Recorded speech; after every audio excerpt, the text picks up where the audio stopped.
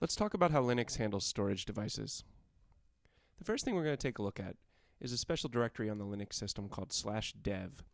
And this directory is created by the kernel at runtime, and it's a directory that you really don't need to interact with directly, but we will take a look at it and see what's in it. And what you'll notice is that at the time the kernel boots up, basically what it does is it creates this special file hierarchy under the /dev directory, and that exists because in many cases when Linux interacts with hardware, it's going to interact with that hardware as if it were a file. This kind of just simplifies the way that Linux can handle dealing with data. So if the tools for interacting with a file are similar to the tools that are for interacting with, say, external storage devices, that just makes maintenance of things a lot easier. So what you're going to notice is that this directory is going to be full of various named things that may or may not make a lot of sense to you right at the moment. So let's take a real quick look at this directory and talk about what it does. You're also going to notice that because these are actually files mapped under the root of our file hierarchy, that you'll be able to change permissions, and you could, if you wanted to, read and write directly to these device files. But we're not going to do that. We're just going to kind of look at what the directory looks like. This is the /dev directory, and if you notice, there's a lot of stuff in it. And if we scroll down and we look, there's a lot of things named TTY. There's some things named RAM, but some of these things should look a little bit familiar. You see CD-ROM, something called console, disk, DVD, and basically what these are components created again by the kernel at runtime. And what you're going to notice is that unlike normal files where we'd see an F or directory, where we'd see a dash, or directories where we'd see a D here, this specific component has a C in front of it. And if we scroll up, we're going to see at some point some of these items that have the letter B in front of it. And what these stand for are block devices and character devices. And basically what that means is that a character device is going to have data sent to it literally one character at a time, whereas a block device can have data sent to it in chunks.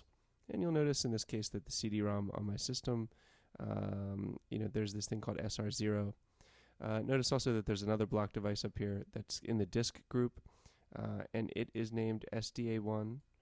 Notice there's also this character device that's in the CD-ROM group, and it's named SG0.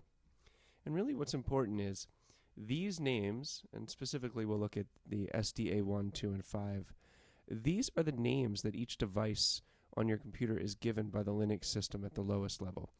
This would be the equivalent to in Windows where you have a drive given this letter C or D or E. This is kind of what the system uses, or this is what the system uses to identify the drive at the lowest level. And it's what we're going to use to interact with the drive when we need to do things like format the drive, run file check utilities on the drive, and these are the names that will come up under certain utilities that we'll use to find out things about how much disk space is on our system, and so on. So if you notice in here, the system, based upon information it has and information that the kernel has, goes ahead and just creates this. And you really don't need to worry about stuff that's in here. You just kind of let it do its thing, and right now it's not a concern that we directly interact with this directory. It's just that we know that it's there and what it does. It's important to decipher the information in /dev that we understand how Linux goes about naming devices.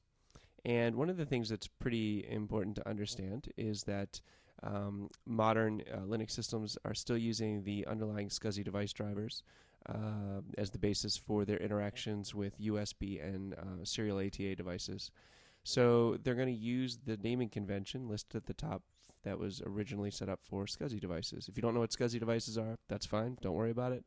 Just know that most modern hard drives are going to follow the naming convention of /dev. Remember, that's that special directory we just looked at, followed by SD. And if you have one hard drive in your machine, it'll be SDA. If you have two hard drives in your machine, you'll have SDA and SDB. If you have three, it'll be SDC. So the last component here, where the letter X is what would change to indicate the drive you have. If you still have a computer with parallel ATA drives, padded drives, they would have the naming convention HD.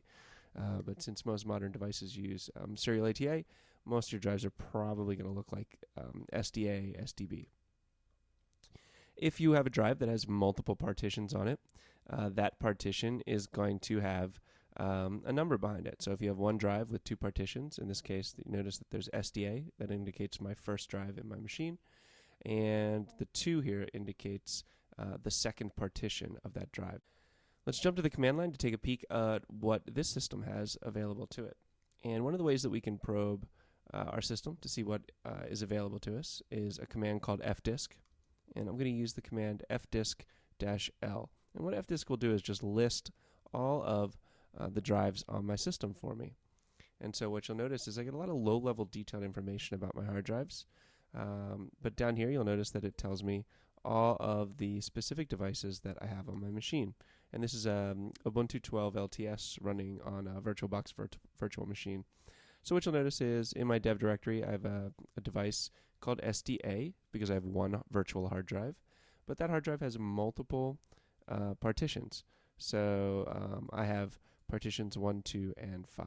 And the reason why this is numbered 5 has to do with the way disks get partitioned and the types of partitions that they have, as opposed to in reference to primary partitions and extended partitions. And I'm not going to go into that in this lecture.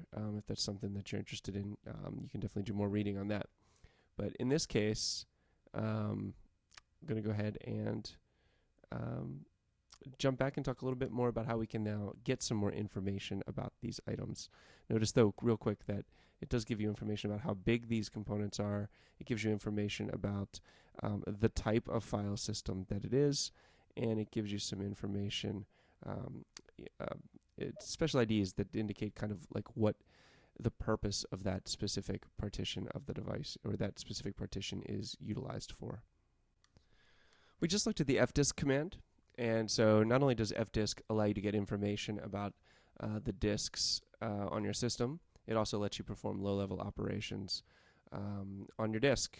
And it's important to mention that the name fdisk is, possibly reminiscent of what you could do to your disk. You could really screw your disks up using the fdisk command. So it's important that you understand its capabilities and that you are careful when using it.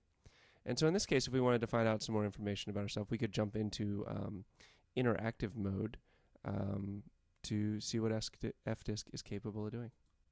Now that I'm at the command line, let's see what fdisk can do in more detail. I'm going to tell fdisk to work on my primary hard drive, SDA. And once I hit enter, fdisk/dev/SDA, it puts me into an interactive mode where I can hit M and see all the different types of interactions that I could have with the disk utilizing fdisk. Again, I'm not going to go ahead and do any of these. It's fairly straightforward if you wanted to go in and start to work with the disk. Important things that you can do, add a new partition, delete a partition. You can print the partition table to get more information about the drive, and a bunch of other things. So you use fdisk to partition a drive, and it can be helpful for getting your drives configured the way you want before you utilize them. So if you get a new external hard drive, you get a new USB drive, you can use fdisk to put partitions on it. I would also say stay away from the experts only functionality. And I'm going to quit. So fdisk allows us to partition a drive and get it configured the way we want it at the low level. And once we have a drive partitioned, what we need to do is we need to format the disk to put a file system on there.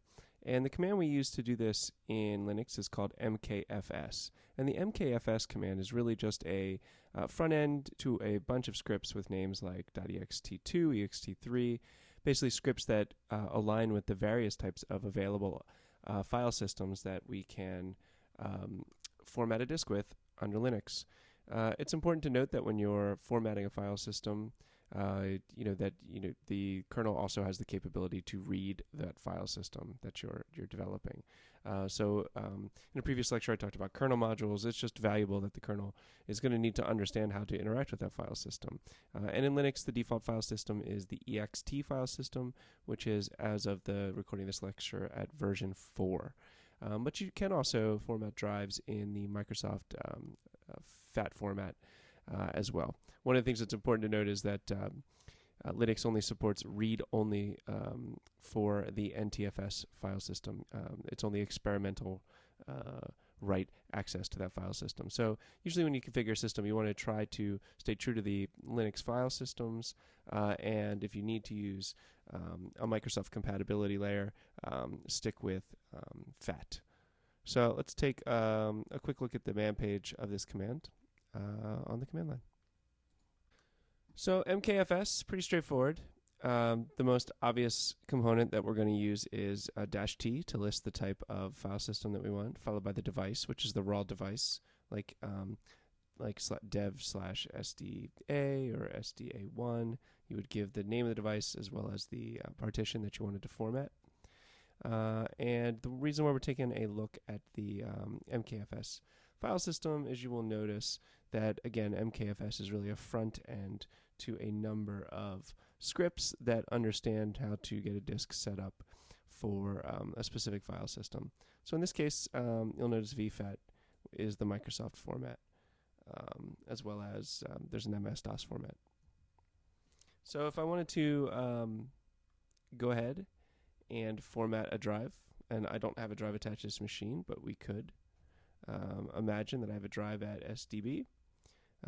This is all that I would need to do with a single partition, is I would say mkfs, make a file system on this drive that's already been partitioned, give it this file system, and go ahead and use this device as the device that I want to put that file system on. So this idea of having to partition your drive and then format the drive with an appropriate file system.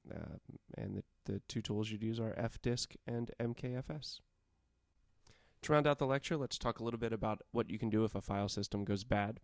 There is a command on Linux called fsck, which stands for file system check, and it's very similar to what some of the programs on Windows like ScanDisk do, in that if you find you have a file system that is throwing errors or has been corrupted or something is wrong with it, you can use the fsck command to actually go ahead and try to repair that volume. It doesn't necessarily mean that it will repair it. It might just break it even more, but sometimes the command can work magic. It's important to note that you can only use